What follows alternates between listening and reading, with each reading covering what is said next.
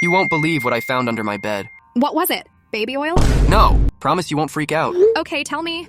I reached under there and felt something cold. OMG, like a creepy cold? Yeah, and then it started moving. Moving? You're kidding! What did you do? I froze and then it made this weird noise. No way. What kind of noise? Like a scratching, hissing sound, like a creature. You need to call someone. It gets even weirder. It had fur and it felt kind of slimy. Slimy and furry? What is even under your bed? I have no idea. I tried grabbing it, but it squirmed. OMG, this is getting creepy. Did it feel alive? Yes, it actually pulled back when I tried to pull it out. Are you sure you didn't get a pet without telling me?